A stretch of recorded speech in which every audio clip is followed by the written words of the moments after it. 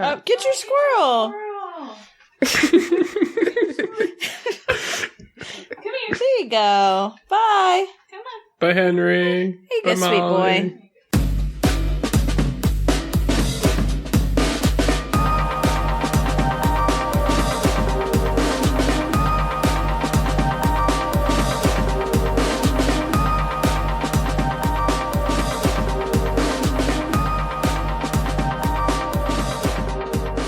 Welcome to WayTooBroad, a show and tell program for really, really ridiculously excited grown-ups.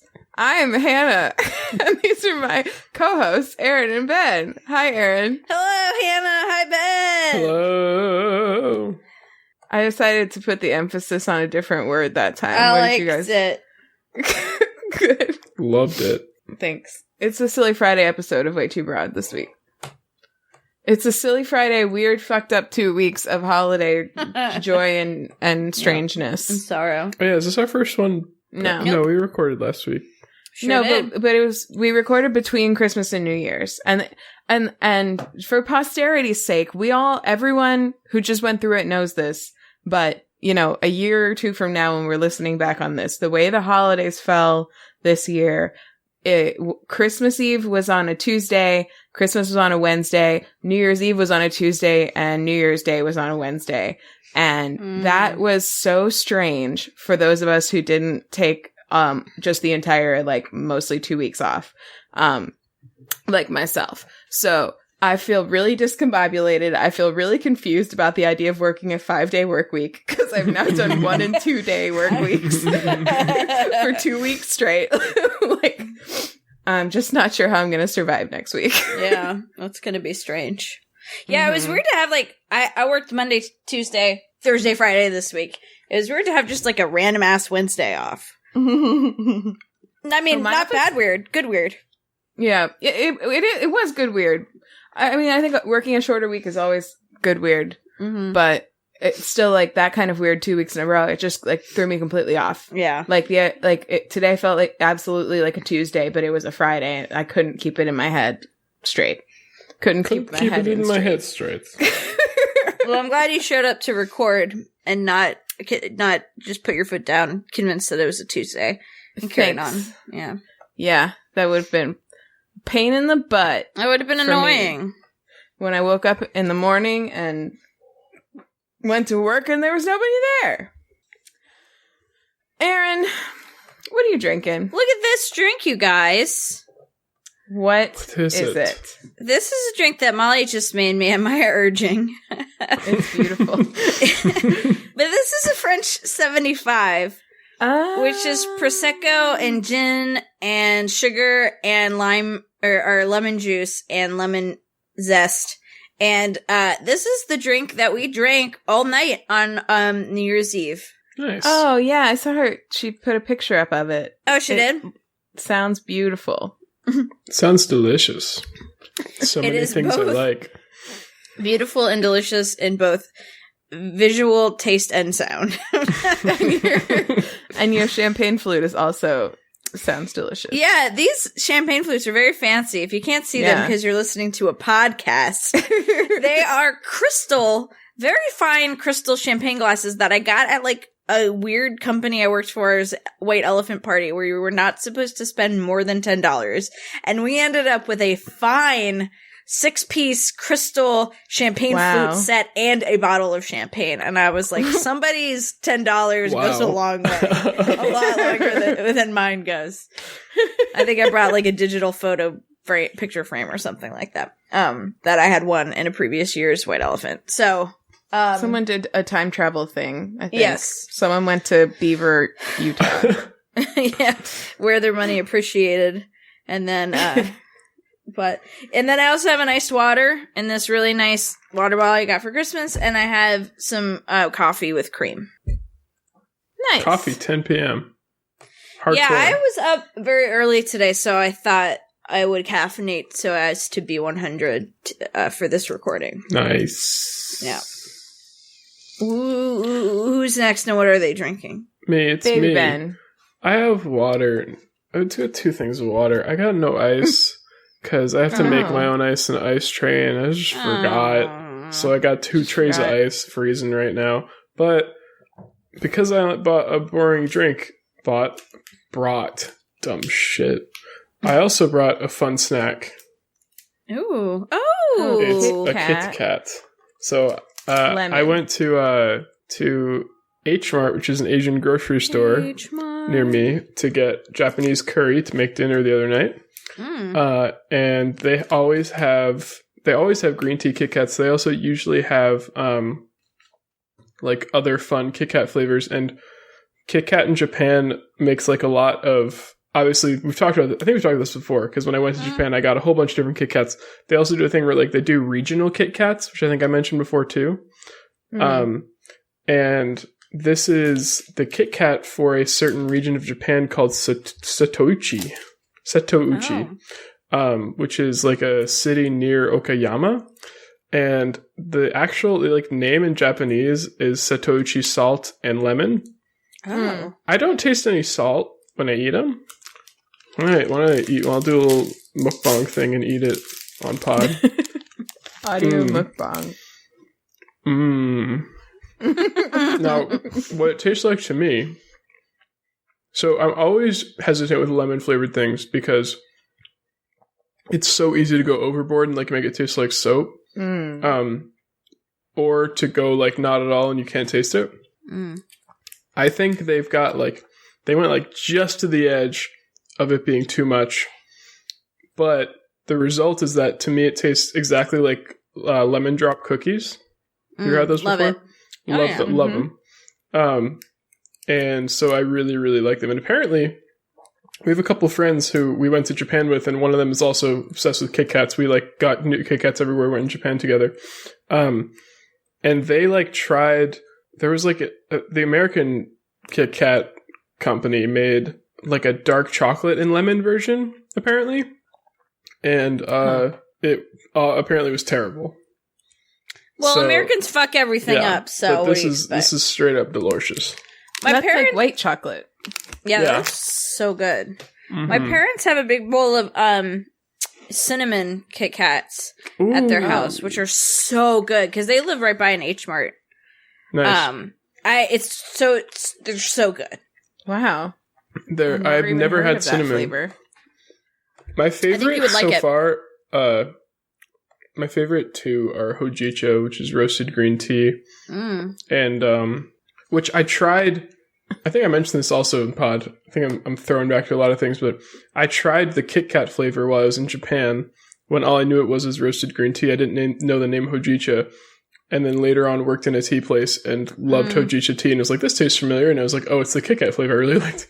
Nice. And my other favorite one was ginger, because they were like dark chocolate ginger with like little piece of ginger like in the chocolate. It was so good. Yeah. Does sound good. Yeah. Oh, yeah. I love Kit Kat. What are you drinking, Hannah? I have 2 drinks. I have seltzer, and I've been told that all of these fizzes are a lot more impressive than I give them credit for. Oh, great. But, yeah, so I'm not going to complain this time if it's not strong, but let's give it a try. Oh, that was beautiful. Terrible. Perfect. Gorgeous. Who is giving you this feedback? Aunt Brown. Aunt Brown. Aunt Brown. Wow, what a pal. what a champion of the fizz. I've always thought that about her. Yeah. Do you guys say aunt? On your seltzer. Aunt Brown? I say I'm kind of flexy. Yeah, I think I do say too. both.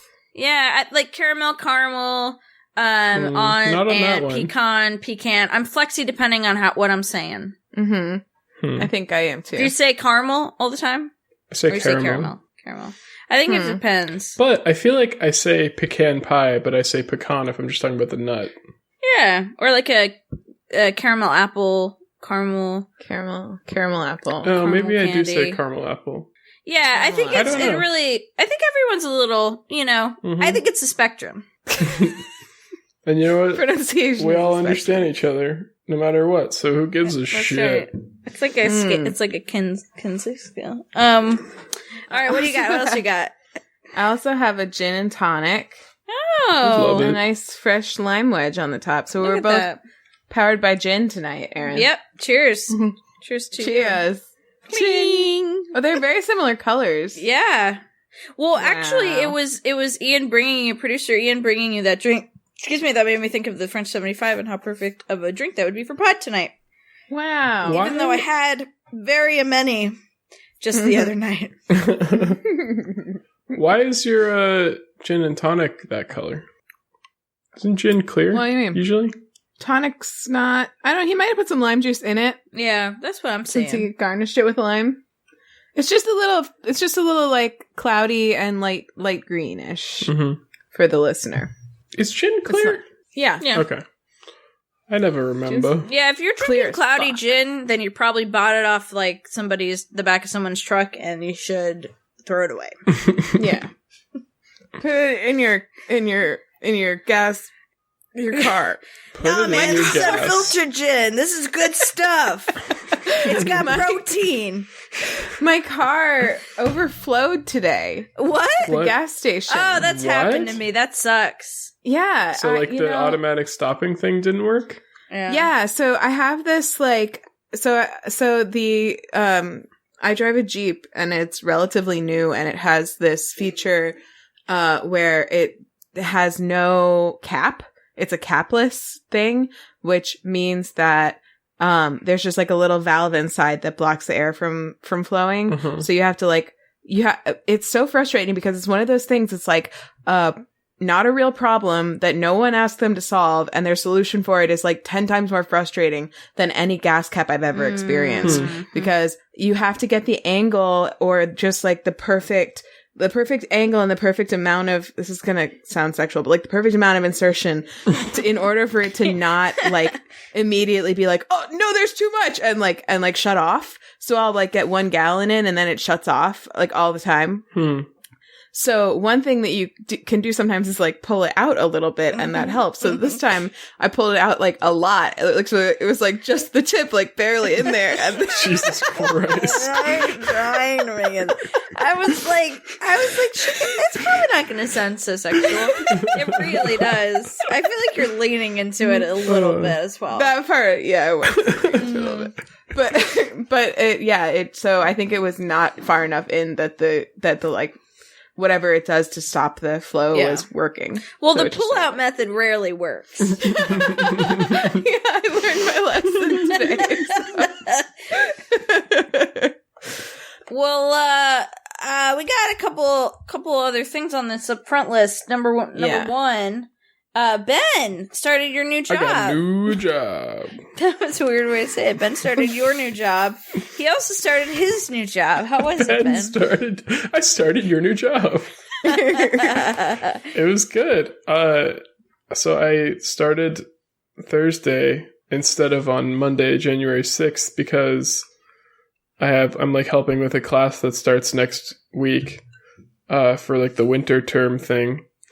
But hilariously enough, when I arrived, the person who like is my main contact for that class, I found out is not getting back till Monday. So I was like, why did I come in early?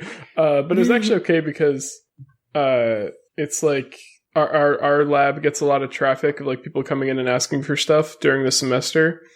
And it was nice to have a couple days to get used to things before that starts to happen, nice. More people will come back next week, like grad students and some professors start to come back, but then like everyone comes back at the end of the month, so I still have like a few weeks to get settled. But I've mostly been spending time preparing for that class and cleaning, because man, the lab I inherited is real messy because I think I mentioned one of the professors I interviewed with, the guy who spent his entire research career working on the search for extraterrestrial intelligence. Oh yeah. His name's Professor Horowitz. He's really great, and he retired a couple years ago, and so his research lab closed, and he like moved all of his equipment into this lab, which is very helpful because he has a lot of useful equipment. But also, he has a lot of fucking equipment, and it's everywhere. And there's, like, not set places for things. And he also like goes to flea markets all the time and buys old used electrical equipment and some of it broken and like fixes it and uses it again. He's a really fascinating guy though. Like he was showing me something that was like a 5-minute or like a 10-minute walk away. And like he came to Harvard as a freshman in 1961 and then never left. Wow. Like did grad school and then became a professor right away and has just been there for like basically since 1961, like nonstop. Damn. So he like knows a lot of like he has interesting stories about like every building and has like met every interesting person that has come through Harvard in the past like 50 years. Did he give you any like secret about aliens or like, you know, he's like, oh, I never found any proof of aliens, wink. No, but shake of the head. He did like casually drop that one of his former students is now like a leading expert on exoplanets, which is really cool. Oh, did you guys hear about Beetlejuice? No. The star? That I have. Is that how it's not how it's pronounced, right? Yeah. Is it really? Yeah. I thought it was like Betelgeuse or something. No. Where do you think they got the name for the guy? Ghost Man guy. Well, they're spelled different, so I think in a different place. Well, it's pronounced Beetlejuice, and it might be about to explode. Oh, really? Wow. Yeah, it used to be like incredibly bright, and it's become recently like extremely dim. And so there are a few possibilities about what's going on. There could just be like a cloud, like a sort of like cosmic dust cloud between us and it. Or it could be like about to explode, but like about meaning like thousands of years. But it could also like totally just be about to explode, which would be. Could it also have already exploded? Yeah, I mean, it's like light travel or whatever. But the point is, whenever it does, like, you know, whatever event may have already happened gets to where we can see it, it might be like a crazy show in the sky, like as bright as the moon during the day, or like it might be like so bright that it's visible during the day and as bright as like a second moon at night. Wow. Yeah. That's cool. Yeah, so keep an eye out. It's one of Orion's shoulders, and apparently you can kind of tell one of them is a lot dimmer now than it used to be, and that's the one. It's like noticeable to human eye. That's crazy. Yeah, it's like at this point noticeable to even like average stargazers. How long would that happen for if it were to happen? Gosh, I don't know. Would it look like we had a second moon for like a decade or something? Yeah, that's what I was wondering.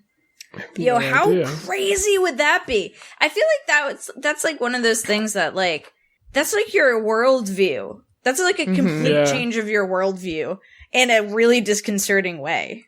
Mm-hmm. Like, oh, you have a second moon now. I mean, it wouldn't be. But something like that, you know? Yeah. And then it'd just be like, what do you mean it didn't used to be there? It's been there my whole life. Like, right. Well, when I was your age, Beetlejuice was just another star. So yeah, everybody look into that. Keep your eyes to the skies. You know, eyes to the skies. Be bias. Yeah. Well, that's cool, Ben. Any other notable notes?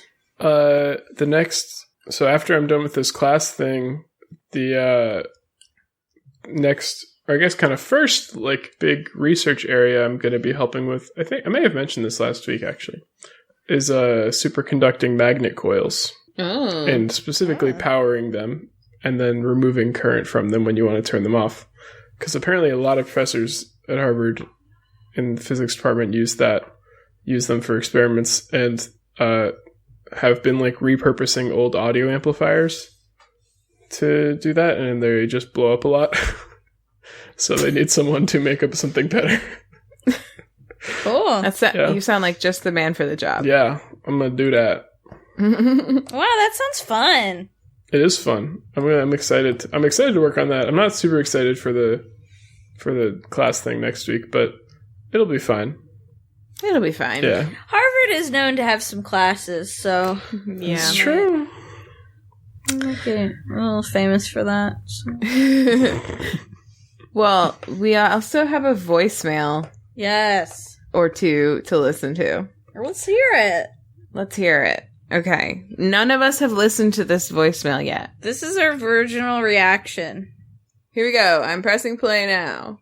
Hello, Erin, Hannah, and Ben. This is Beck, and I am calling you from Bainbridge Island, Washington, on an old-school rotary telephone. I don't know if you can hear my hand moving on the phone right now. It's one of the effects of this lovely device, but that is not what I am excited about. What I'm excited about is a Rancho, Gordo, Mixteca bean pot. So it looks like one of those things that you would see in an art museum that was documenting old pottery.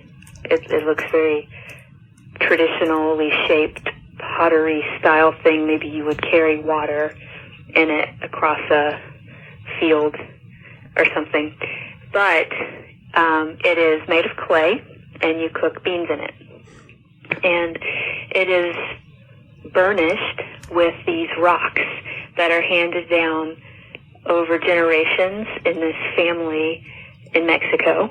And Steve Sando, who is the owner of a company called Rancho Gordo, discovered these pots. He sells beans, so it's natural that he would discover a pot like this, and he discovered them and started selling them here, and they just sold out like crazy. The people that made them, the family in Mexico, couldn't believe that anybody in America would buy them.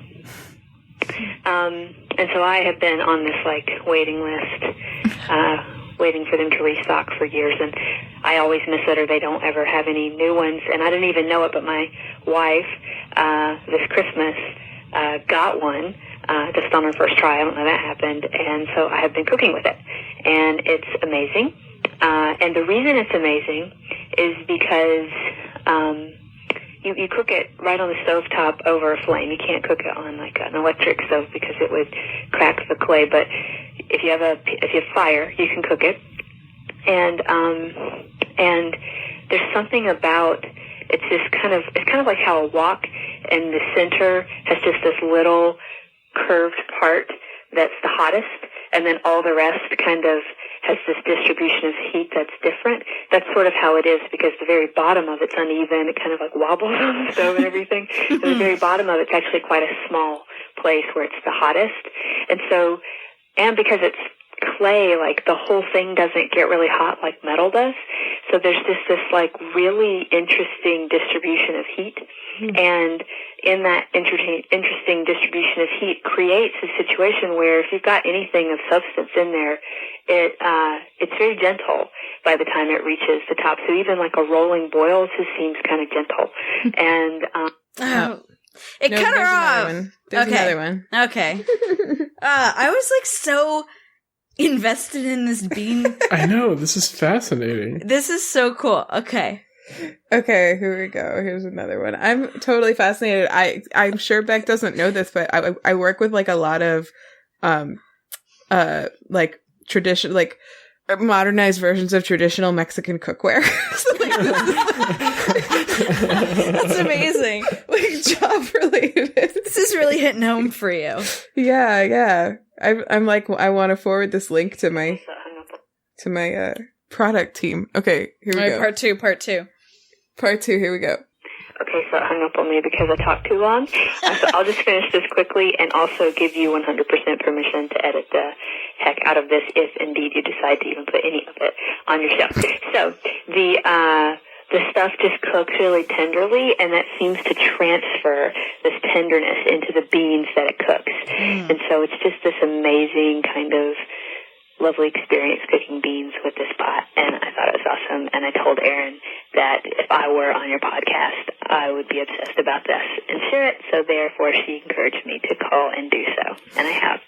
Thank you for doing your podcast. I love listening to you, and especially love hearing Erin's voice, because I miss her so much being all the way out here in Washington. Have a great January. Bye. Wow. So love nice. it. That's love it. So nice. She's Beck, making beans. She's Yeah, she's making beans. So stop asking. Beck, thank you so much for calling. I'll also say, like, of course we're going to put the entirety of that in there. That is, like, literally our jam. Like, if there is one place where you can wax poetic about a bean pot, like, it is this place. Mm-hmm. Like, that's the whole point safe of bean the space. That sounds so lovely. Is she in Washington State? Washington State, yeah, Bainbridge Island. So to get to, like, I think, like, Seattle is the closest city, but she has to take a ferry to get there. Wow. Yeah. Doesn't she live in, like, a tiny home? Yep. And her wife built the tiny home. That is so neat. Yeah, it's really cool. So, a little background for the listener. Becca is a good friend of mine who officiated... what did you say? Background. Who officiated Molly and I's wedding. So, actually, probably most listeners will have been there. So, wow, that's... So, what do you mean you work with traditional bean cookware? Well, like, most of the clientele for the products that my company makes are Mexican Americans. So, like, we make giant pots for them to make tamales in, and we make like these things called comals, which are like cast iron cookware that's for making tortillas, I think. So I feel like you should know that. I mean, I'm not in product development anymore. Yeah. I just promote the stuff. But yeah, so that's fascinating. I mean, I think it's the handmade quality is a big part of what makes it special and probably part of what makes it work. And it's a highly specialized piece. But I still think it would be fun to share with the people I work with. I think they would find it really interesting as well. So that's great. That's a whole other reason to thank Beck for an awesome voicemail. And the phone, okay, that's like the clearest voicemail I've ever gotten, like audio-wise, which makes me feel like we're suckers for using like digital technology. Yeah, absolutely. Like the old school phones, like I'm tempted to, like even the phone experience. Yeah. I love to talk on the phone, but I hate talking on my phone. Like I like having my headphones in, and they make a little like old school headset, like hand set that I want to get that it'll just like plug into your phone. So it's kind of like you're going back in time. I don't miss the handset. I strongly prefer headphones with the microphone on them. But like the the curved one. So not the straight bar. Okay. But yeah, I feel you. I like the one we used to have one of those. I don't know if her phone is this old school, but because this phone didn't even work, but we had one that was like the kind that had like a separate listening part and talking part, and then you like rotaried on the, like it was like the size of a phone in a phone booth, like an old school phone booth, but there was like a rotary part on the body, and then there was like a talking thing and a listening thing. Oh, cool. That you held separately. That was a whole experience. Part? I think so. Maybe it was just too old operator. For that. Yeah, maybe it was just still operator times. It came with an operator? Yeah. It would have been like 50s. Yeah. I think that our parents still have that. They might. So, wow, that was delightful. Thank you so much, delightful. Beck. One other thing I'll point out is this company she mentioned, Rancho Gordo. I've heard they have really good beans, mostly from Beck, but I've been being curious. You can buy their beans online. Actually, you can buy the pot online too. Is the B and LGBT beans? What? Hey, that's bi erasure. That's bi erasure then. Well, I think that bi is bean erasure. I really want to buy some beans off Rancho Gordo. What's the best bean? Pinto. Beck, call us back. Let us know what the best bean is. Yeah, Beck, send us a message about the bean. The best bean. I do like limas. Pinto. I don't actually see limas on here as option. Oh, this is an heirloom bean. Yeah, making beans. Stop asking. Stop I don't see beans. Me. I see Christmas corn. lima bean. Heirloom beans. It's the very top. Oh, duh. It's the tippy top. Christmas Lima. That looks good. Wow, I like the look of those Ayocote Morado beans. There's actually several Lima beans on this. Wow, there's some lentils that look like black caviar, and they're called black caviar lentils. Wow, good name. Aptly named. Wow, there's a lot of different kinds of beans. Who knew? Speaking of Beck and beans, except it's not beans, there's this variety of okra that she put on my radar. It's called Beck's okra. Big Buck.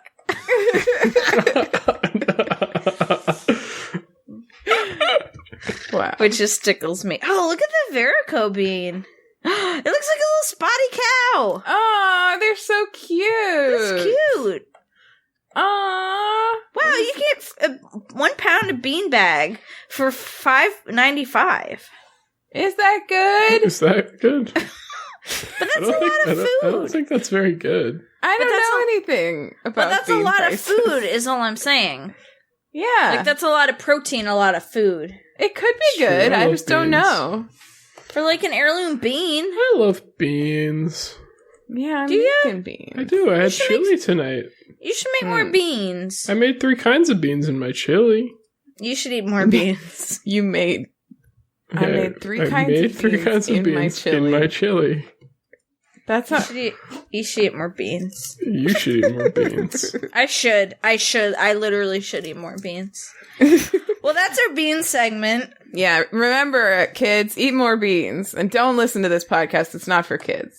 Yeah. Beans are good for your heart. The more you eat, the more dietary fiber you get into your diet. Which might make you fart. That's, the unabridged version of that song. All right. We got any more upfronts, people? Fuck no. All right. Let's pop in then. Let's pop. Erin is first this week. Hello. Erin, what's your sesh? Let me tell you about it. Okay. I don't have any shame about this. Okay. Lest you think otherwise. So, what Molly and I did for New Year's Eve and all of New Year's Day, 100% of New Year's Day, was we are binge watching the original L Word series. Oh. And so, since that's pretty much all I've been doing, other than working, that's my obsession. The L Word original. Yeah, so a couple weeks ago, my obsession was, of course, L Word Generation Q. Which, Hannah, are you all caught up? I'm not. Okay.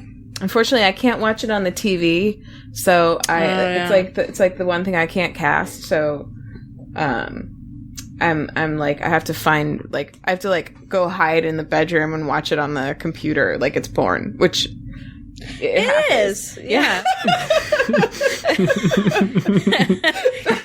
Which it's not. It's not. So. Yeah. But I think, wasn't the original series, didn't they do a lot of cliffhanger endings on episodes? I'm sorry, did you say cliff? Not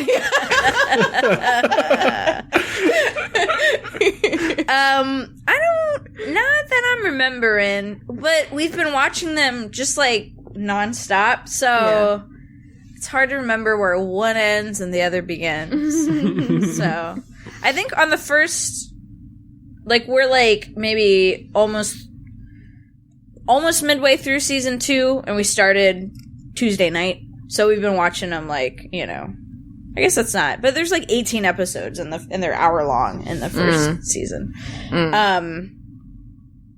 So how are you enjoying it?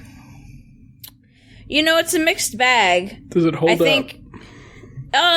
No. I think the thing with the L Word is it's I'll never not, it's very important to me, as I think it is, I talked a lot about these themes with, when I talked about Generation Q.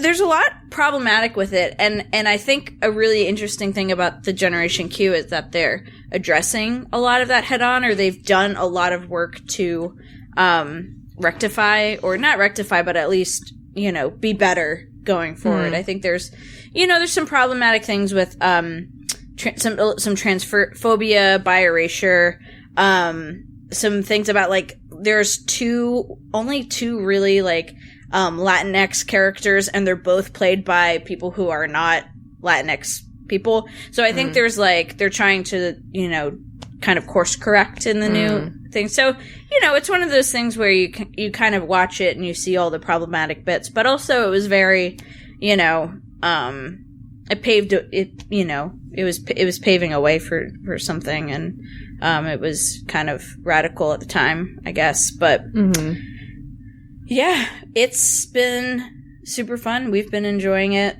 We've been loving it and hating it in equal measure. We're actually fast forwarding through all of the parts that, I don't know, Hannah, like how you feel about the character Jenny. For those who don't watch The L Word, Jenny was technically the main character, although there's not, I don't feel like she was featured, you know. Yeah, I forgot she existed until she was brought up in an episode of the recent season. Right, yeah. Basically, Ben, she was this character. She was supposedly the main character. I don't agree with that. And she, like, just really sucks. She sucks so bad and is almost insufferable and provides no value whatsoever. And so Molly and I literally fast forward through all of her scenes. And so it's been very enjoyable in that way. We're kind of getting the show in a kind of sanitized version. There's, you know, we'll fast forward through anything that we don't want to watch. Also, there's some, you know, weird scenes with some guys and stuff, but, yeah, it's been super fun. Like the weird roommate in season 2. I don't know if you remember that, Hannah. I don't. I'm just He, like, films them. Oh, shit, no. Yeah. I guess it's been a while. I guess I should do the same thing.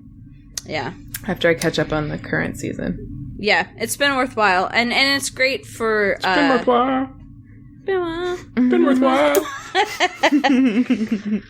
Yeah, and I feel like it's good, laying good re-foundation, you know, for the newer season. Yeah. Is it helping you appreciate the newer season even more? The parts of it, yeah. It's helping me appreciate the old season a little more. It's helping me kind of, you know, I think I watched it in a really piecemeal way. So it's interesting to see it from this point of view now, and kind of get to know everybody again, and, you know. Yeah. There's a lot that I know a lot happened with all of those characters, and it's so blurry for me that it would be nice to, like, have more of a sense of who they were when they were younger, so that I can, you know, because I know, I'm pretty sure that, I don't know if anyone listening to this cares about spoilers for the new show. Do we think people will care? I don't. I feel weird about that. Can you talk to and then cut it out? Yeah. Or we could just put spoiler notes, like timestamps in the. It's not worth it. It's not deep. It's not deep. I'll just talk to you about it after we're done. Yeah, but I think that's probably a good thing to do. How many seasons were there? 6. 25. Oh, Jesus. Damn it. I tried to guess. Are they 18 episodes each? But the sixth season only had like 8 episodes, and apparently, I never watched it. Apparently it was total trash, and everyone thought so, and Jennifer Beal like cried in her trailer every day after the show. She played Bet and is amazing. And the new showrunner has permission from the old creator to completely ignore that season 6 ever happened. Wow. So I don't know if I plan on watching it, season 6, because it sounds like our instructions are to pretend like it never happened. I'm now Aren't you curious though? Somehow out of nowhere starting to remember the weird roommate that filmed them. Yeah. Not really out of nowhere. I'm just getting flashbacks.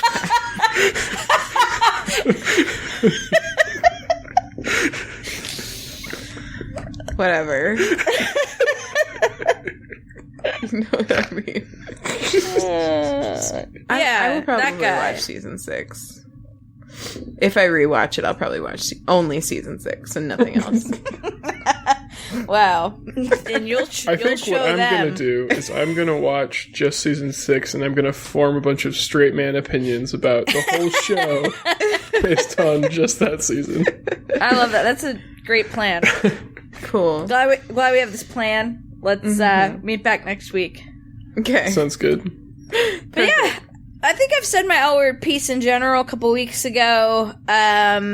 You know, I'm happy for its existence. You know, it's definitely a journey, and we're all learning lessons. And, you know, let's continue to be good and get better. Mm-hmm. I applaud them for the efforts that they're making to sort of fix some of the things from the old series. I think also it's like it's hugely nostalgic for a lot of people, the old and the new season. So I think indulging in that is great. Yeah, and like I read that one of the actors who played a really beloved character, who played a Latinx character who's not a Latinx person, was like interested in coming back for the new series, but you know the Latinx writers didn't feel comfortable with it, and that was respected by everyone. So I feel like you know they're doing making some good strides, you know, to try to right some of the I guess missteps of the past. So that's good. That is good. Awesome. Good obsession, Erin. Thanks. I'm a fan. Baby Ben. Yes. My obsession is the L Word season 6. No, it's not. I jest. You guys know this show. We joke around. No. Come on, guys. You know. Come on. You guys know this is serious. Come on. No, my obsession's a video game. Oh, and nice. It's a really, really, really fun one that I've truly been obsessed with. It's a Tetris. It's not Tetris. It's an asteroid. No, it's not asteroid. Do you want to keep guessing till we get it? It's a Pac-Man. It's Pac-Man. Yeah, you got it. No, it's not Pac-Man. It's a root beer tap. What? Those words. Huh? Root beer tapper. No, it's not root beer tapper. It's what is Fire Emblem 3 Houses. All right. What's the deal with Fire Emblem 3 Houses? Here's the deal with Fire Emblem 3 Houses. So,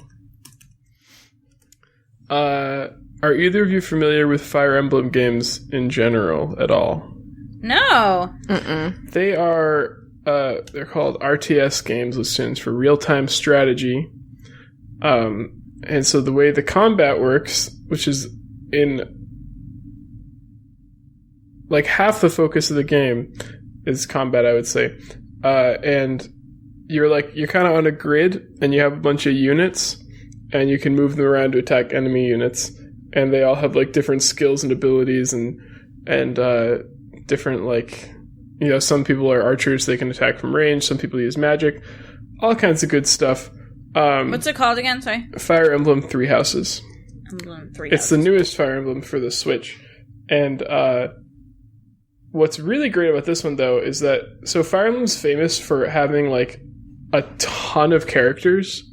And also for the fact that if your characters die in battle, they die permanently.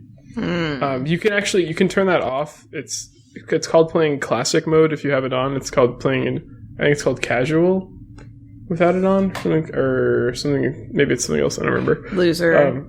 Lazy, dumbass, dickhead, asshole, something like that. Pansy mode. Dickless mode. So when I played another Fire Emblem game a few months ago, Fire Emblem Awakening. I didn't actually finish it, but I played that one on casual because I just didn't feel like dealing with it. But this one I'm playing on classic because it like makes it feel like there's real stakes in every battle, and also they've implemented a mechanic where you can where you can like go back a few turns in battle if like you can turn back time. There's like a story reason for it. Exactly. Is that called share mode? Yeah, it's called share mode. But the reason that everyone's so excited about this game, because it's been out for a while, but and a lot of people were like really excited about it and love it, and play it multiple times, because there are like 3 different routes you can go down right at the start of the game.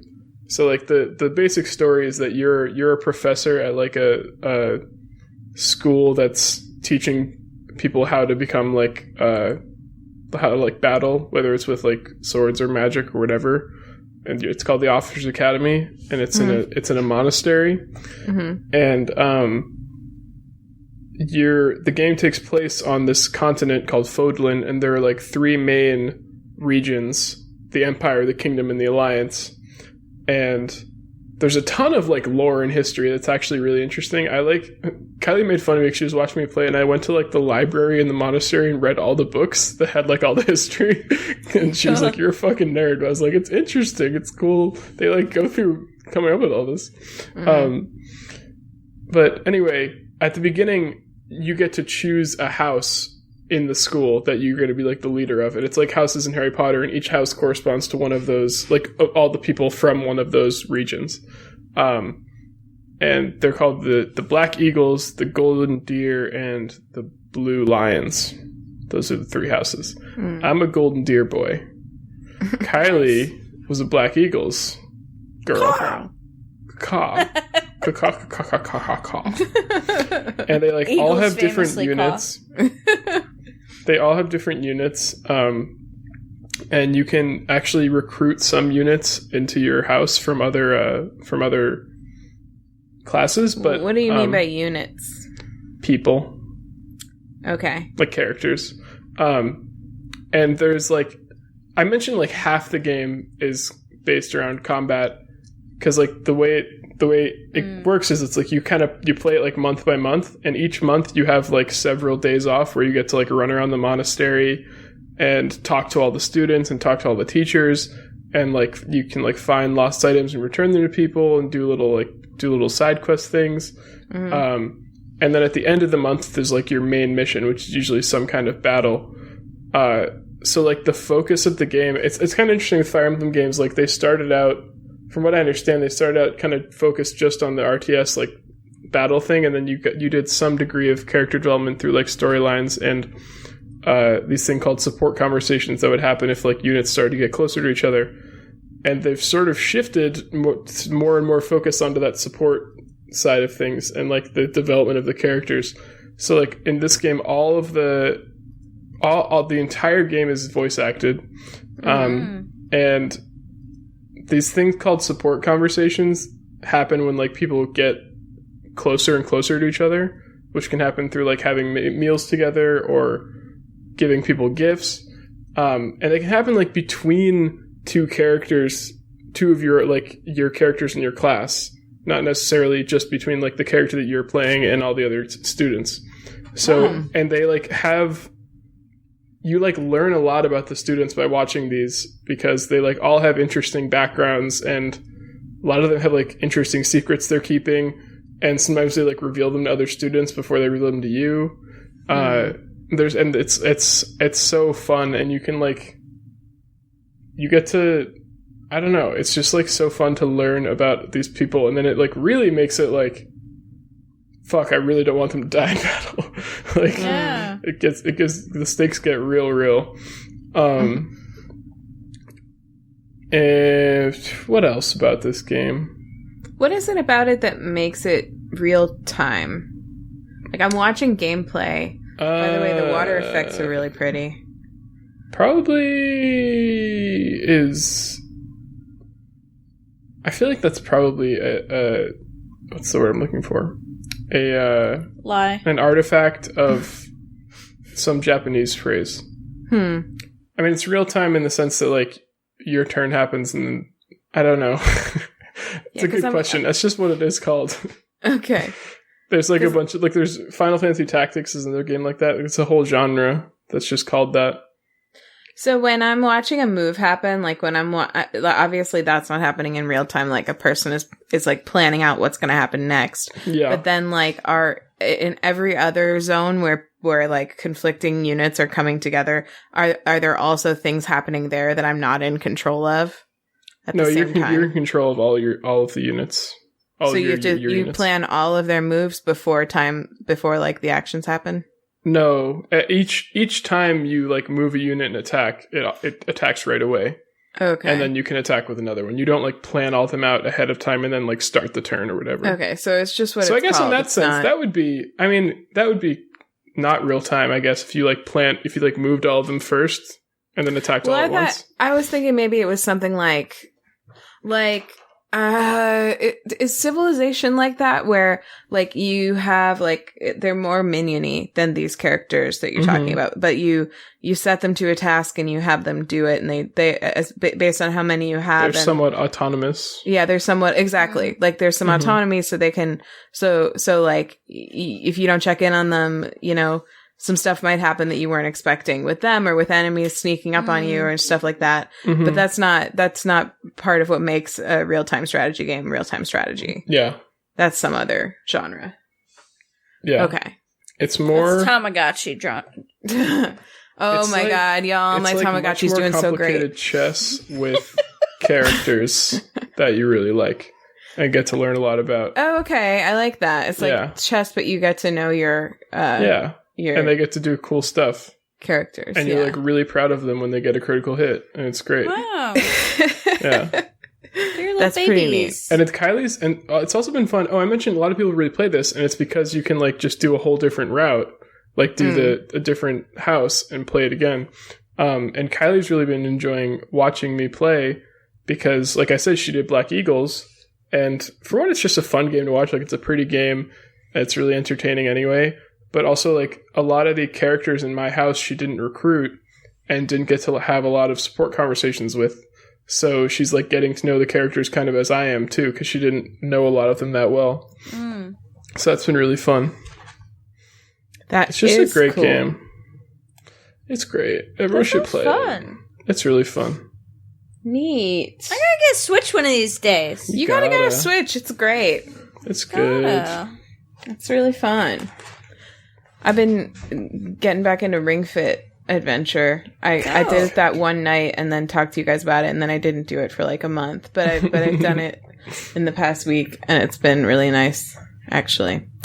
I'm gonna try out.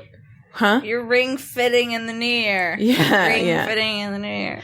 I'm gonna try out like exercising in the morning next week. Oh, I hate it. Before work. That's what I do.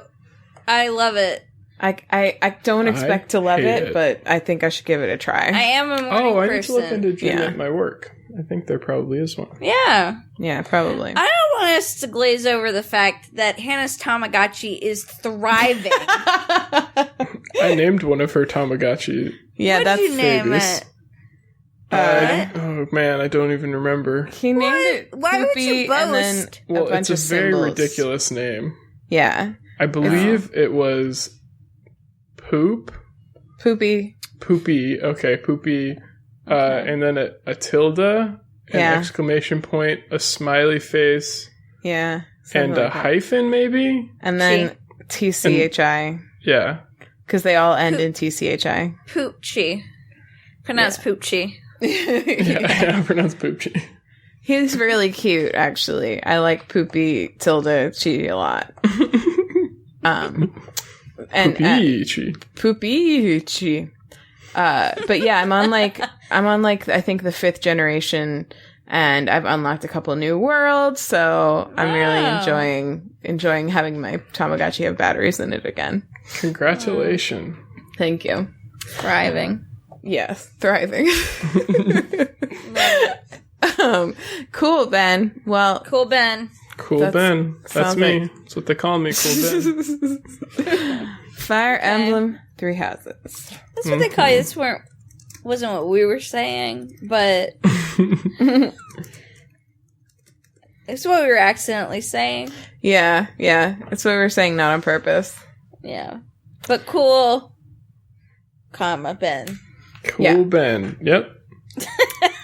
You got it. Hannah, what you got?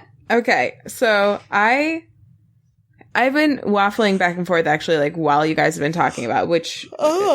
I've been listening, but I've also been thinking about which thing I want to talk about. And I came in here with something in mind, and then I remembered this other thing that I definitely did really enjoy watching the other day, but I'm not sure it's done yet. It's a TV show. So what I'm going to do is actually just like give a quick recommendation.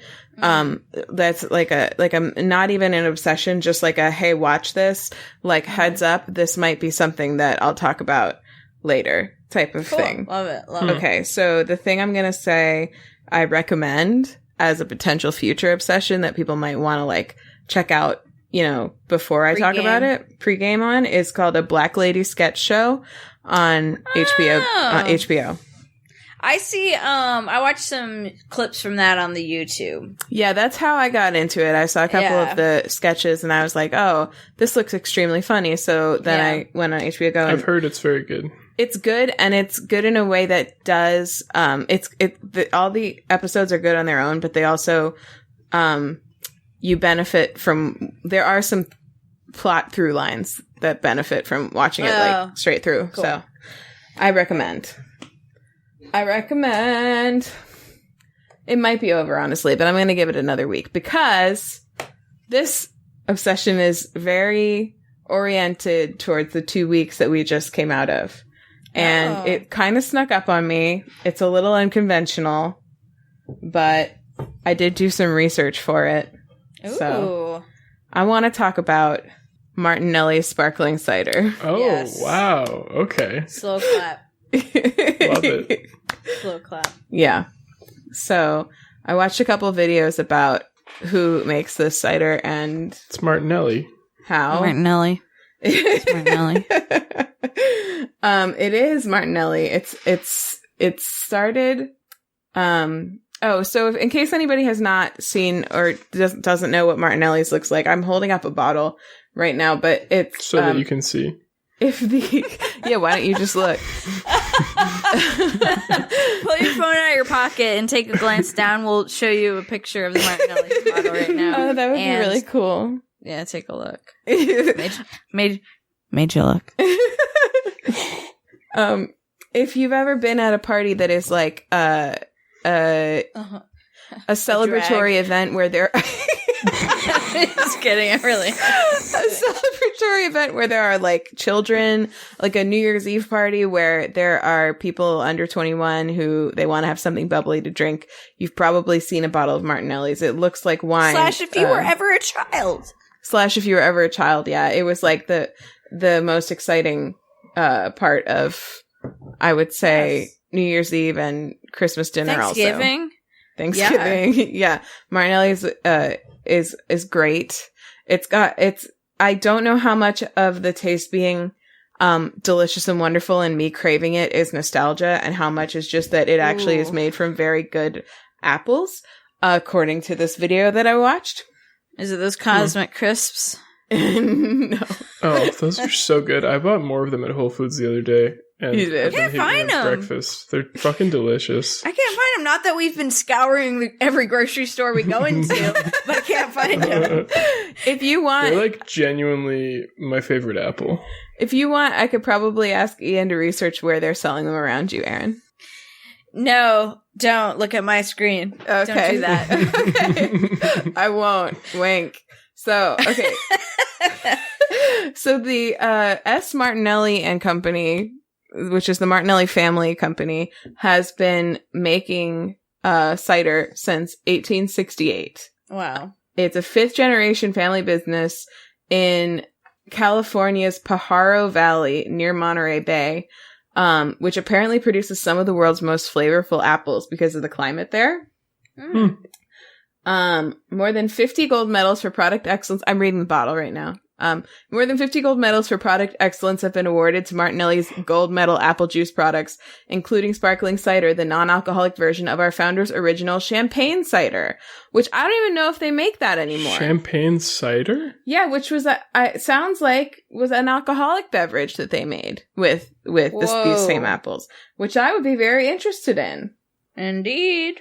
Mm-hmm. And the bottles used to be really cute, actually. I mean, I like this direction. It did make it feel very festive for all the kids, but I'm going to show you. I'll put a picture of this up if I remember, but on the back of the bottle, there's an old billboard. You can see what the bottles used to look like. They were kind of apple-shaped. They looked kind of like giant apples. Giant see-through apples. Actually, I think that's exactly what they were going for, because I see some leaves like etched into the top of it.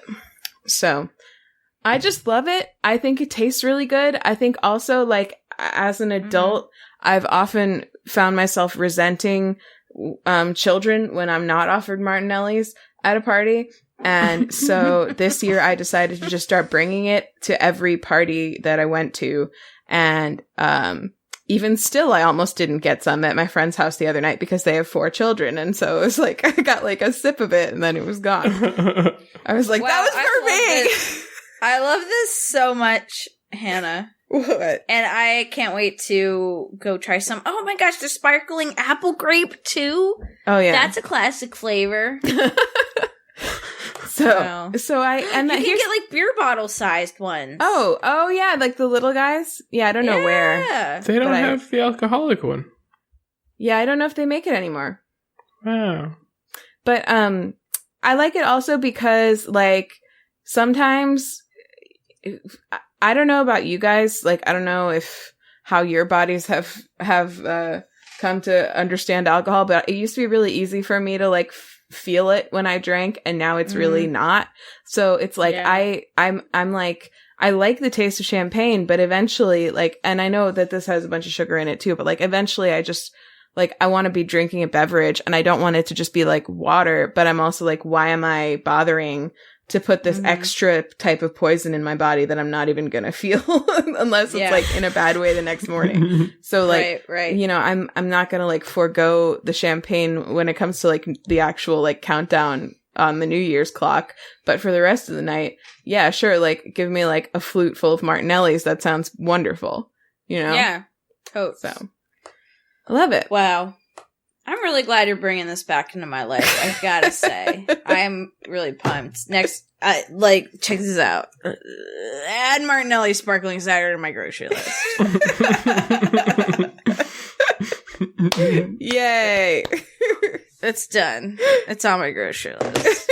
That was me talking to Siri. Very nice. Very nice. Wow. Very excited.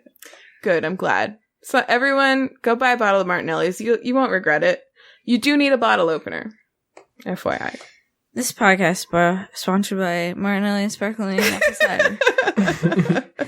It's the good stuff.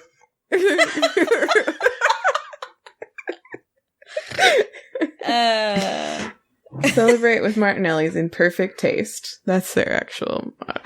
Okay. It's the good stuff.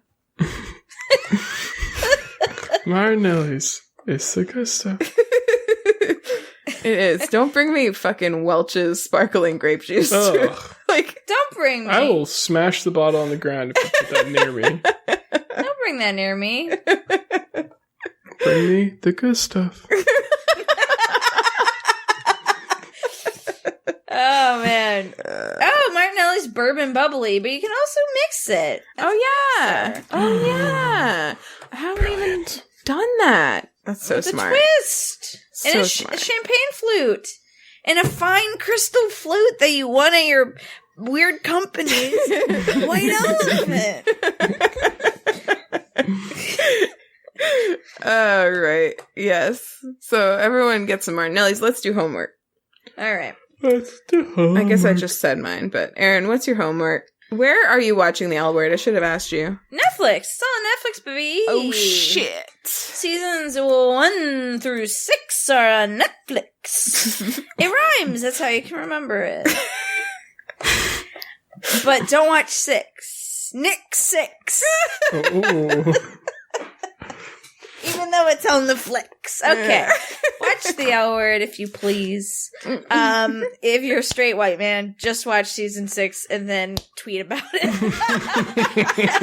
Because we're not on Twitter anymore. We're not on Twitter anymore. Someone else's problem. Someone else's problem, indeed. I don't have any social media I want to tell you about. Or that I don't have any right now. Ben, what's your homework? That's how it is. My homework is get a Switch if you don't have one. If you have one, get Fire Emblem 3 Houses. It's so good and fun. Also, Carole and Tuesday Season 2 is out on Netflix. Oh. FYI. It's really good. And my Twitter is Nicely Proofed Ben. That's it. Bye. Bye. My homework is go get a bottle of Martinelli's. It's the good stuff, and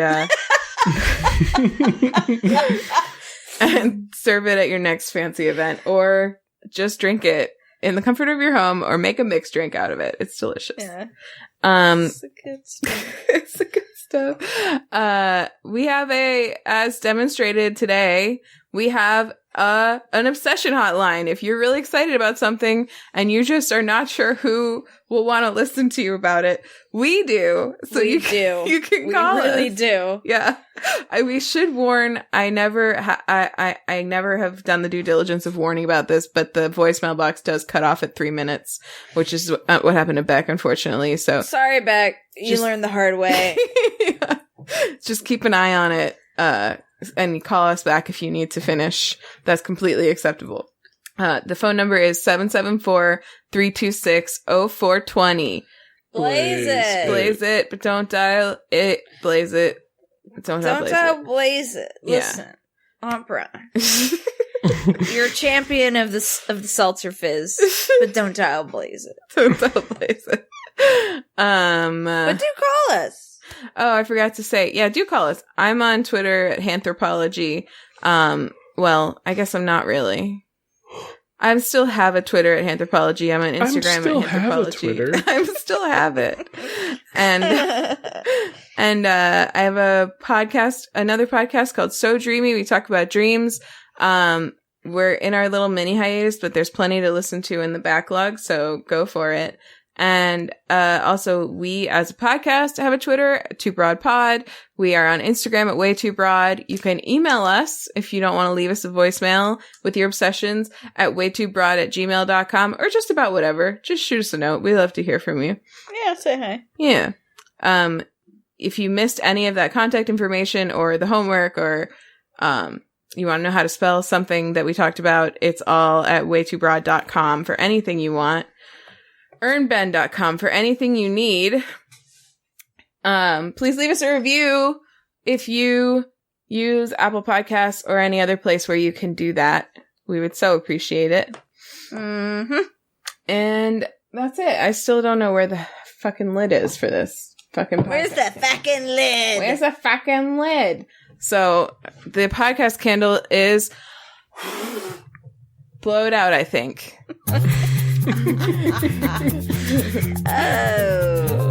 Next question. Bye. Bye. We love you. Love you. Bye. Stop freaking asking. Before we begin, I think my drink is about to be delivered. Postmates? You have a drink maker? We do have a drink maker. Hi, Henry. Henry brought you a squirrel. Thank you. Hi, Molly. They say hi. I was like, hello. Rude, she's not saying hi. Thanks, babe. Come here. Come here. No, she has to stay. Get your squirrel. Come here. There you go. Bye. Come on. Bye, Henry. Here you go, Bye, sweet Molly. boy. Bye, Henry. Bye, Molly. They say bye. Bye, love, she said. You can hear her. I forget. It's really confusing to remember which direction this is going in. Okay, I'm ready.